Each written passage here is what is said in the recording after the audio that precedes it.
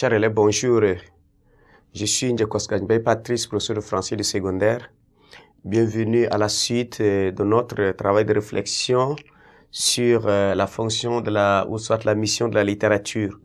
Nous avons eu pendant la séquence passée à analyser le sujet, c'est-à-dire à interroger le sujet pour dégager le problème qu'il contient. Et nous avons dégagé comme ça, la littérature doit être utile ou simple expression. Cette question, ce sujet nous amène donc à cette interrogation qu'on se pose. Comme nous avons dit que la littérature, c'est l'art et expression. Et comme telle, la littérature a plusieurs fonctions. Nous avons à peu près 8 fonctions de la littérature. Nous avons la fonction esthétique, la fonction sociale, la fonction culturelle, la fonction affective, la fonction de la musique, la fonction symbolique, la fonction d'évasion, la fonction d'engagement. Voilà, c'est tout ça. Là. On peut trouver les 8, l'esthétique, le social, le culturel, la musique, l'affectif, la symbolique, l'évasion et l'engagement. Et donc, dans ces fonctions-là, nous pouvons déjà chercher à voir. Quand nous réfléchissons, comment est-ce qu'on va établir nos argumentations à partir de ce sujet. La littérature doit être utile ou simple expression. Voilà, c'est ça la question qu'on peut se poser. Et pendant cette question, vous savez que nous allons voir premièrement élever sa voix. Donc, on va voir ici, nous devons avoir à peu près trois parties. Au niveau de la première partie, d'abord parler des nécessités. Nécessité d'élever la voix contre l'injustice. Voilà ce que, premièrement, ce que nous allons montrer. La nécessité. C'est-à-dire que la littérature, c'est une nécessité. C'est-à-dire c'est là où on voit que c'est une obligation à ce niveau de pouvoir le faire. Puisque l'artiste, ou soit l'écrivain, est l'émanation de la société. Et devant cette société-là, il devait être attentif à voir tout ce qui se pose. C'est ce qu'on va voir. Et deuxième partie, nous allons voir aussi les limites. Vous voyez ça? Les limites de la littérature. Vous voyez ça? Si cette question est posée, c'est qu'il y a quelque chose qui a poussé donc à poser cette question. Comme nous avons dit qu'il y a deux tendances. Au sujet de la fonction ou de la mission de la littérature, deux tendances se sont dégagées. Il y a ceux qui produisent pour se distraire, pour se consoler dans leur fort intérieur. Il y a ceux qui produisent pour, disons, soulager la société. Voilà, c'est ça ce qu'on va voir. Et en troisième lieu, on peut essayer quand même de trouver la légitimité. Dans la dénonciation, est-ce qu'on peut trouver donc la légitimité? Est-ce que la dénonciation nous trouvons légitime? Et en quoi cela peut être là? Donc voilà, c'est en troisième partie. On va voir ici.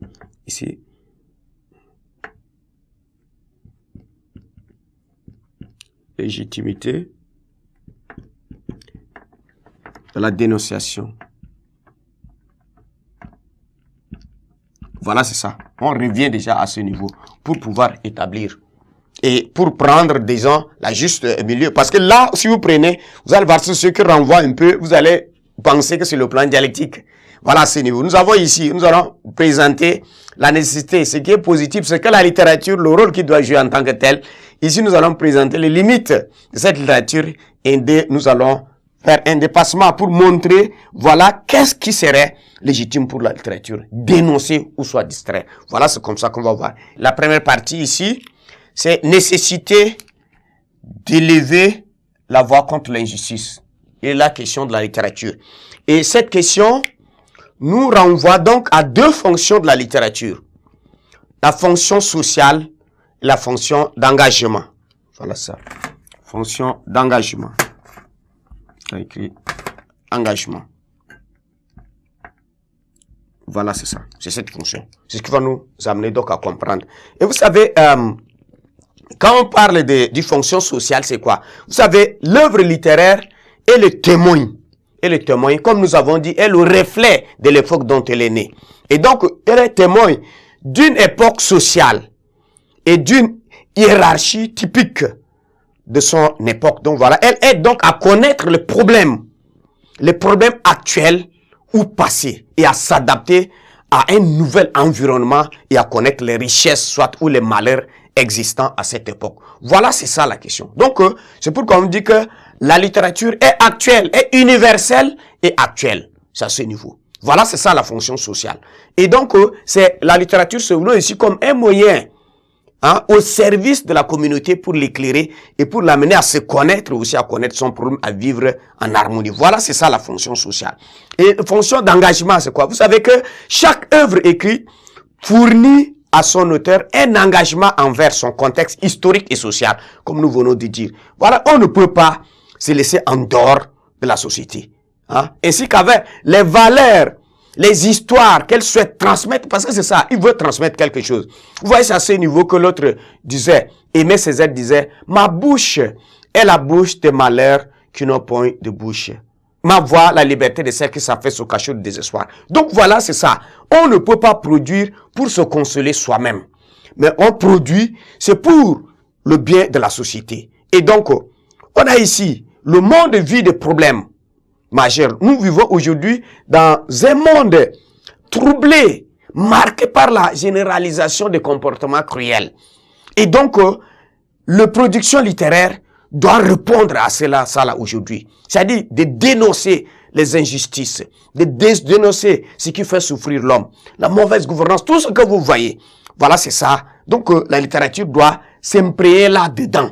C'est pourquoi nous avons au niveau de cette première partie ce que vous voyez. Et bien d'auteurs se sont donnés, donc depuis, disons, le XXe siècle, à pouvoir dénoncer cela, à pouvoir dénoncer cela. Et donc, ils veulent donner beaucoup plus une impulsion à la société. Avec l'égoïsme de l'homme, la société vit des situations qui ne marchent pas. Et donc, toute œuvre littéraire produite, c'est pour sortir l'homme de l'obscurité, des ténèbres, voilà, c'est ça. Même vous savez, en Afrique, la littérature, ce qui a donné la propulsion à la littérature d'expression française, c'est quoi? C'est la colonisation, c'est le mépris de la colonisation. Toutes les œuvres qui ont été produites, c'est pour dénoncer les injustices, l'exploitation.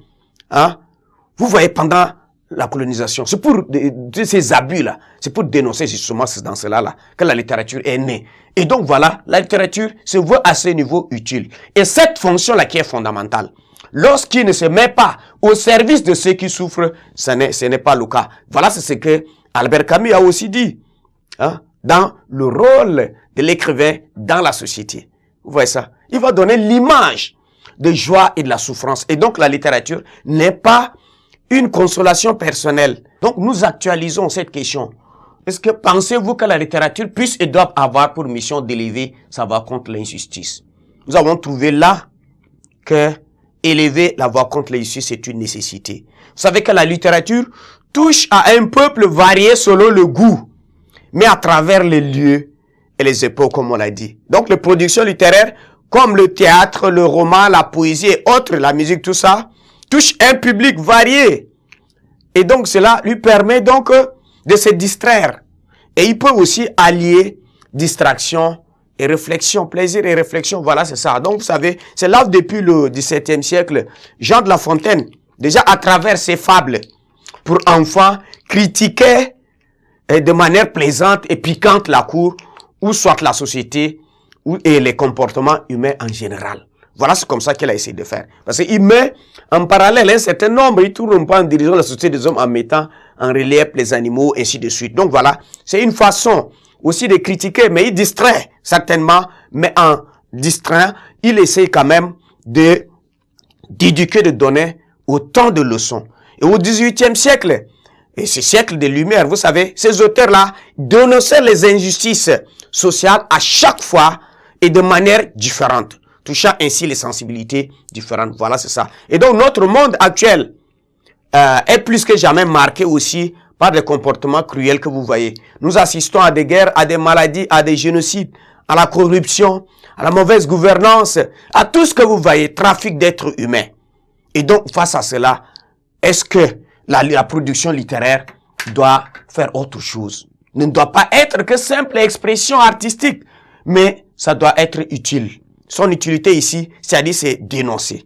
Voilà, c'est ça. C'est pourquoi nous retenons beaucoup plus l'affirmation de l'autre, de Aimé Césaire, qui dit, appelant tous les intellectuels à se préoccuper de la situation. Il dit que je considère d'abord que l'intellectuel ait un peu conscience de la collectivité, vous voyez ça.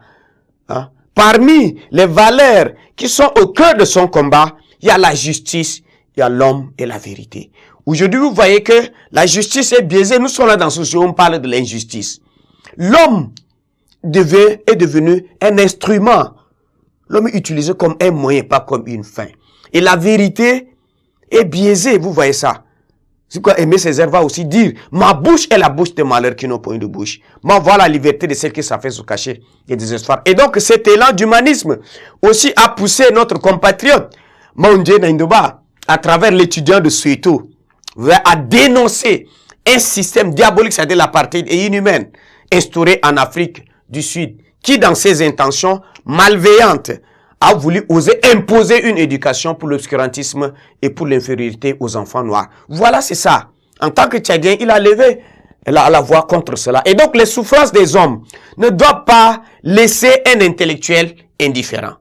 Comme étant lui-même produit de cette société en crise, il est vraiment interpellé afin de promouvoir les valeurs et défendre la vie de ses frères et sœurs. Voilà, c'est dans ce sens que Aimé Césaire va dire, c'est ce que j'ai dit là-bas, l'intellectuel doit un peu se préoccuper de la société. Voilà, les intellectuels, c'est quoi? Un intellectuel, c'est les techniciens. Voilà, c'est ça. La littérature, c'est les techniciens du savoir professionnel. Et donc, voilà cela. Et bien avant Césaire, Victor Hugo, à la fois engagé et littéraire, vous voyez qu'est-ce qu'il va essayer de le faire. Il va se lancer dans des dénonciations, dans des contestations. Voilà. Et il va dénoncer certains écrivains eux-mêmes. Il va les dénoncer. Qui se croient vraiment isolés dans cette société-là, en crise, pour ne pas pouvoir dénoncer certaines choses qui se passent là. Et donc voilà, c'est à ce niveau que vous allez voir que on va, au niveau de la limite ici, toucher un peu les partisans de l'art pour l'art. Et donc la littérature doit nécessairement défendre la société. Puisqu'il est lui-même le produit de cette société. Il vit lui-même l'injustice. Et donc, ce qu'il vit, il doit donc pouvoir dénoncer. Voilà, c'est ça la fonction de la littérature. Et aujourd'hui, dans notre société, vous voyez, quand on parle de la littérature engagée, les Jean-Paul Sartre, Hugo, vous savez, il quittait sa classe. Il quittait sa classe bourgeoise qui exploitait les autres pour aller dans la classe des prolétariens pour pouvoir lutter pour la justice sociale. Voilà, c'est à ce niveau. Et donc, la littérature se révèle donc une tribune opportune et efficace pour dénoncer les injustices et les méfaits de la société. Voilà, c'est ça sa fonction fondamentale. Et si cette littérature-là ne se préoccupe pas de la société, il n'a pas sa valeur d'être. Aujourd'hui, vous voyez, même les gens qui chantent partout, ils sont actuels. S'ils touchent aux problèmes que les gens vivent, voilà, ça les intéresse. Et vous voyez que les gens ont peur aussi de le faire parce que ils ont peur des sanctions, des punitions, des menaces. Et voilà, on dit à la racine de toute grandeur, il y a le risque. Mais voilà, quand on aime les gens, on doit se sacrifier donc pour pouvoir les aider. Donc voilà, ce que vous pouvez retenir, c'est ça, les pistes de réflexion que nous donnons et vous allez essayer à partir à votre niveau de voir autant d'exemples. Les œuvres que vous avez étudiées au programme, c'est que vous constatez aussi les activistes, les défenseurs de droits de l'homme, tout ce que les gens font, c'est pour donner donc la valeur à la vie humaine qui est perturbée par l'égoïsme de l'homme. Voilà, c'est dans ce sens. Et donc la littérature doit lever la voix contre l'injustice. Merci de votre attention. Restez toujours en contact pour la suite où nous allons voir les limites de la littérature.